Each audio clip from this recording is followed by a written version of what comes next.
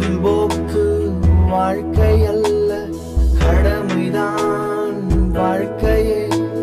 காலமும் கையில் உண்டு, சாதனைகள் படைத்திடு.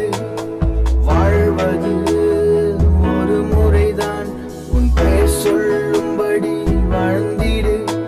உன் முகத்திரையை கிழித்தெறிந்து வரலாற்றை பதித்திடு.